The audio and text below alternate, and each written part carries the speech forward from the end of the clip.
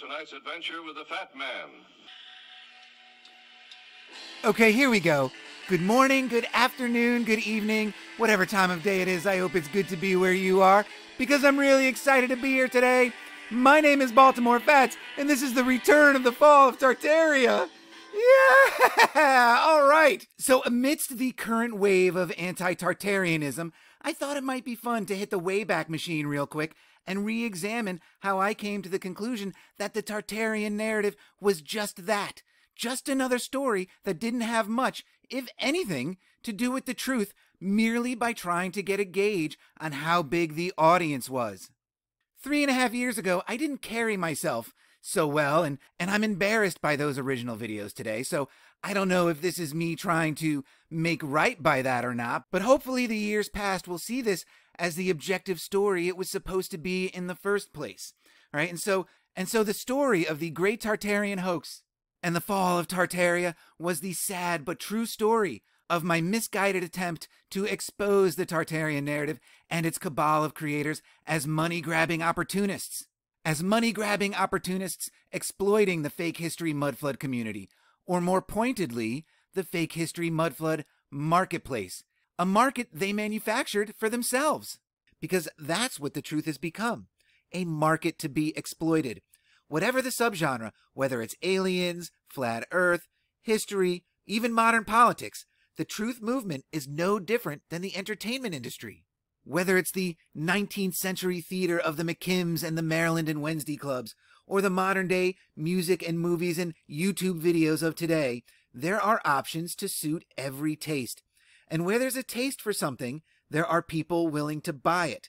Whether it's the active purchase of something or the passive watching of commercials on TV or a YouTube video, somebody, somewhere, is getting paid. And where there's money to be made, you're going to find creative people trying to extract that money, however earnest their intentions may be or seem, because videos aren't easy to make. And any content creator seeking a certain market are at best doing it for themselves and hopeful that their hobby may help underwrite their efforts, or at worst, in the case of the truth movement anyway, they're making a commercial product designed to sell, and they're cashing in. And there's nothing wrong with either of these. Making a commercial product to make money is capitalism at its finest. And as P.T. Barnum famously said, and I repeat in these videos, there's a sucker born every minute.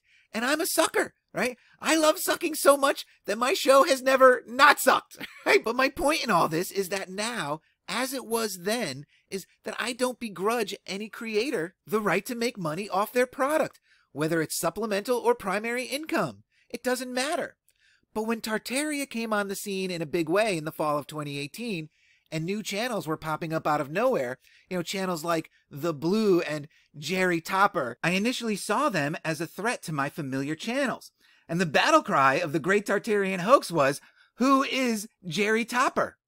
Right? Because these videos were drawing in tens of thousands of views, triple, sometimes even 10 times the amount of views that stalwarts of the community, like Conspiracy R Us, and like the Three Stooges, Martin, Philip, and Richard. And I use the term Three Stooges with as much love as I can because it was these guys who had been working the Tartaria angle very hard, posting lots of content and hosting several chats a week, fostering a community to create a revenue stream.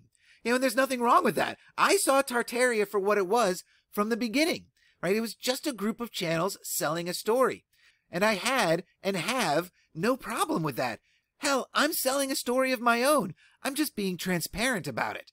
Because I've called Mud City a show since the very beginning. But apparently the Tartaria cabal wasn't very interested in anyone else's story, and after a flurry of initial support, for which I'm eternally grateful, this show would not be what it is today without that early push. But by this time in December 2018, January 2019, I was starting to get the cold shoulder.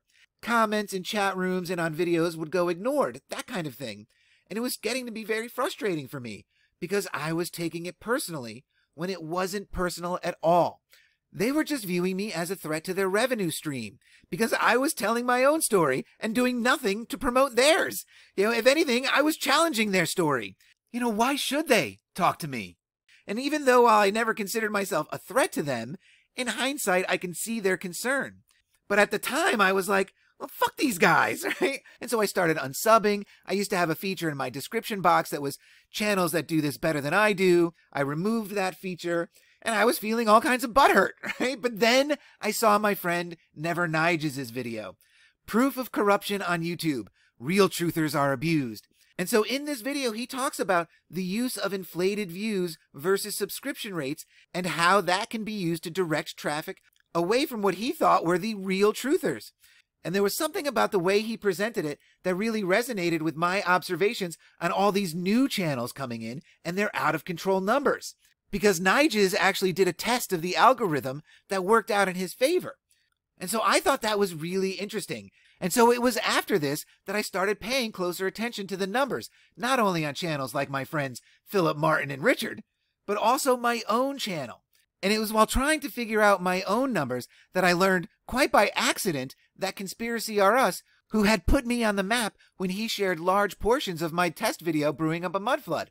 It was here that I found out that he had pulled that video. Because what I was trying to do was I was trying to figure out how much trickle down was I getting from him now that his channel had seen a really big bump. Because around this time, which was, again, December 2018, January 2019, Conspiracy R Us had gotten a huge push. He went from about 5,000 subscribers to about 15,000 subscribers practically overnight when Max Egan pimped his Orphan Trains video on the Crow House, which had a huge following, 160-some thousand subscribers. But it turns out I wasn't getting any flow from Conspiracy R Us because he had pulled my video, which I believe fell in here. It's hard to get trickle-down views when there's no video in here, right? And so at the time, this was the straw that broke the camel's back for me. And now I was out for blood, right? There is no wrath comparable to a blind fat man scorned. I am a Capricorn after all, and thinking about it now, I guess that would make me a goat man. Goo goo goo joob. That's just unbelievable. I can't believe I didn't think of that when I was making the goat man video. That's just unbelievable. But by this point, I had really dug in and started asking myself questions like, how does a channel with 18,000 subs, like Conspiracy R Us, get view totals that average near 100% participation from their sub base? And in some cases, as much as 10 times that number, as in with this video here, 125,000 views on this Mudflood Mansions in the Gilded Age video. It's just insane how many views this is versus his sub rate and his subs to views ratio. Because one thing I learned while looking into the numbers game was that the average views to subscriber ratio is about 14%. Tack on what may come in from non-subscribers, your channel is doing very well metrically if your view totals come in around 20% of your sub rate. Unless, of course, a video goes viral. And so did that explain the numbers these new channels were getting? Did it explain how Jerry Topper and his 1,800 subscribers were generating 66,000 views and was averaging 2,000 views a day almost 3 weeks into the life of his video? Or was something else going on here? All right, so let's take a quick look at this 14 to 20% sub to views ratio and apply it to a bunch of different truth channels today and see how it holds up. Right? And we'll start with my channel, where I'm sitting at 1.12 thousand subscribers, and thank each and every one of you. Right? And I'm averaging a very healthy 20+% view to sub ratio. Like I said, I'm very proud of my little channel that could. All right, so now let's check in with our friends, starting with Conspiracy R Us, who almost blatantly advertises that he's part of a cabal right in his name, Conspiracy R Us. Right? You didn't think the R Us meant you, did you? Right? And he's sitting pretty at about 75,000 subscribers, and he's averaging a robust 40+% views to sub ratio. And he's very good. So perhaps maybe this isn't all that surprising, right? But he does have the occasional runaway hit. Where is it? Like The Vanishing here, 159,000 views. That's more than double his subscription rate. These types of numbers really raise flags for me. What is it about this video that attracted almost 4 times the action of his other videos? And if views equal money, what kind of financial bump, if any, did he get on this video? Because I have no understanding of how much a view may be worth. And so, moving on, let's check in on Martin, who's also doing very well with over 50,000 subs, and he appears to be averaging right around that 15% mark. And I'm not really seeing any huge spikes in any one video.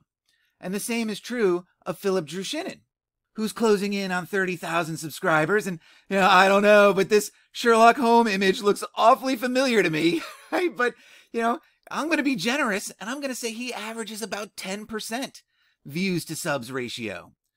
And I don't know if the language barrier has something to do with that, him being Russian and speaking with the English accent that he has. That could be a factor here. Richard Lopez appears to have checked out, right? His last video being published a year ago, or probably more than that by this point. So we're not going to really talk about him so much. All right, who's next? Next we have Campbell at Autodidactic. And Campbell is as tireless in his work ethic as they come, right? And I really admire that. And his channel has 63,500 subscribers. And really, he's only pulling in around that 10% mark, maybe a little bit better than that. And next up we have Static, right? Let's take a look at Static's numbers really quick. Right, he has 31,000 subscribers, and from this angle, he appears to be the forerunner in this current wave of anti-Tartaria sentiment. And at 31,000 subscribers, he's pulling in around that 15% average. All right, and so what all of this is telling me is that the general market for this fake history Mudflood Tartaria narrative really isn't all that big. So let's just check in really quickly on how this metric plays out going up the food chain, right, and hit a more politically oriented channel like High Impact Flicks. You want to talk about capitalism at its finest? Brian has never met a product he's not willing to hawk on his channel, right? But he's also a tireless worker, and he has almost 600,000 subs, right? So he needs 56,000 views a video to hit even 10% ratio, right? And he doesn't even come close. So how about a really big fish like Joe Rogan? Joe Rogan has 12.6 million subscribers, right? So he needs close to 2 million views a video to hit that 14% mark. Do you think he makes it? Not even close. He's at like 1% or 2% or something. I'm sure his popularity across multiple platforms may hurt his score on YouTube, but I doubt he's crying about it. And so I could keep going with other channels, but I think the point is made. Maintaining a high sub to views ratio is not easy, nor is it commonplace. And that's what drew me to videos like Jerry Toppers and the Blues, and I'm calling that band name, by the way. For whatever reason, their videos going viral didn't make sense to me against the body of work done by channels like these. For whatever reason, their videos going viral didn't make sense to me against the body of work done by channels like these. And by Mudflood Kingpin John Levi, right, who's closing in on 200,000 subs and who's averaging a phenomenal 50% or more sub to views ratio. And Static has speculated that this could translate to $1,000 a video. And that ain't chump change, especially if you can put out a video or more a week. Right? And so is his work so far above the others in this field that he can pull 10 to 20 times the engagement from the same pool of subs? It doesn't feel right to me, because if we're being honest here, and as much as I respect the work that John Levi does, listening to his show is kind of like watching paint dry, and I have to wonder if maybe perhaps part of his popularity is the fact that he puts so many people to sleep and they wake up in his next video. I don't know.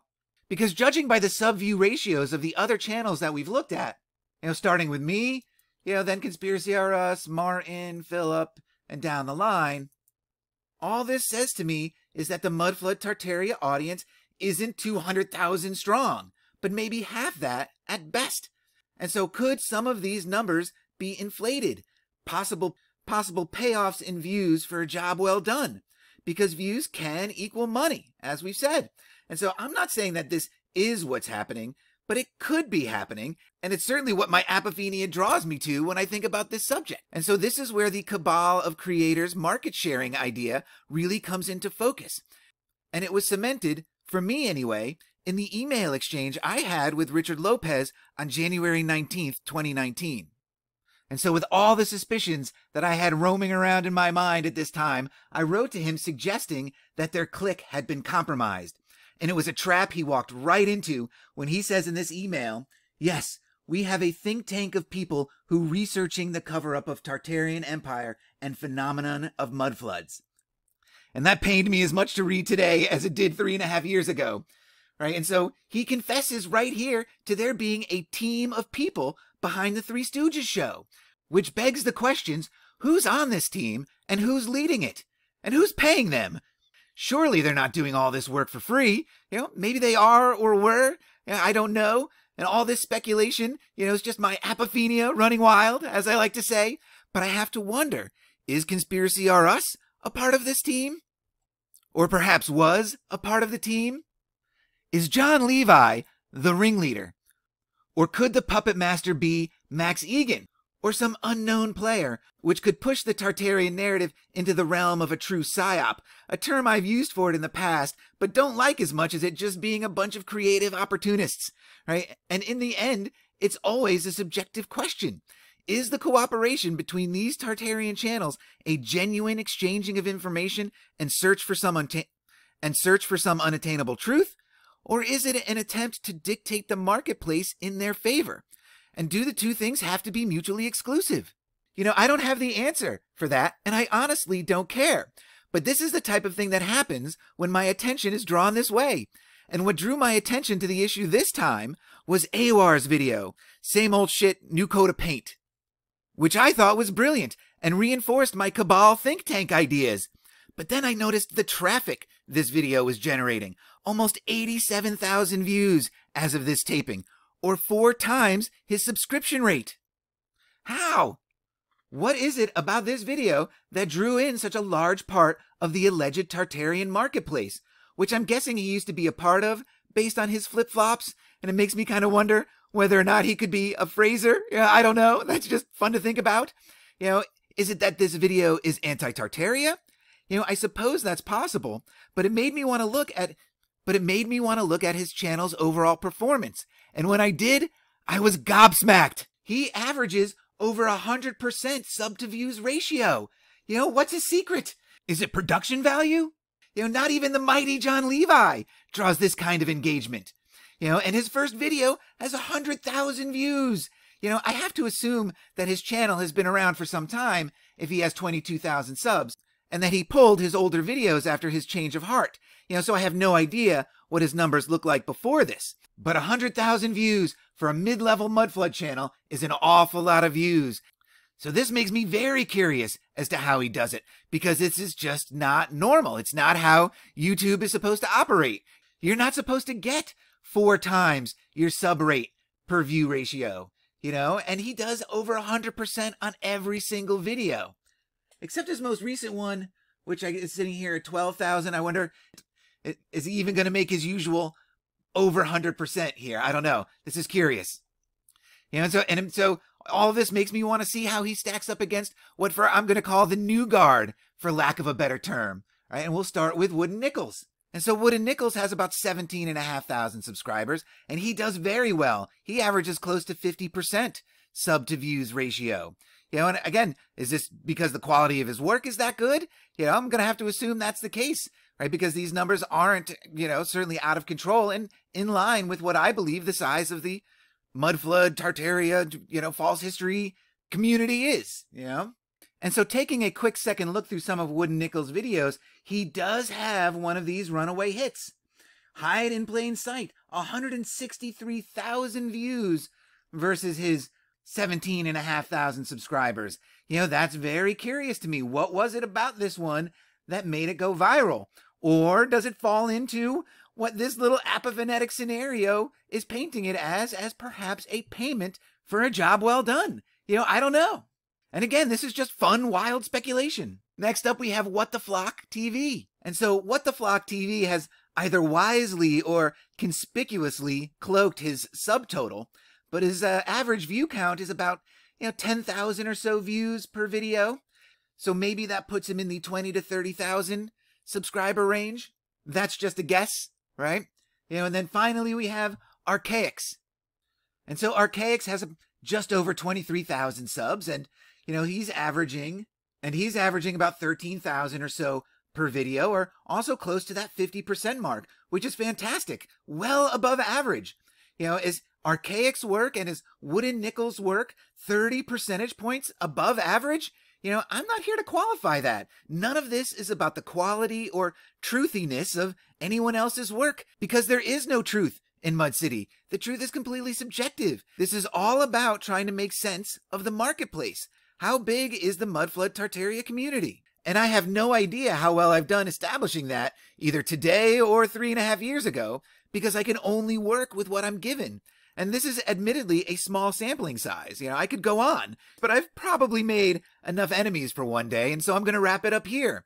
So there you have it. The story of the Great Tartarian Hoax and the fall of Tartaria, and how I tried to peg the content and its creators as nothing more than creative, profit-driven entertainment that didn't require going after their content at all, because I don't care about their content. I am not the judge or arbiter of truth or quality in these videos, right? And so the best advice that I can give, one sucker to another, is to stick with channels more interested in showing you things and not telling you things. And so I'm going to wrap this one up here. I don't know how I did, but remember, guys, just because you don't know the truth doesn't mean you can't have fun with the lies, right? And so until the next one, cheers.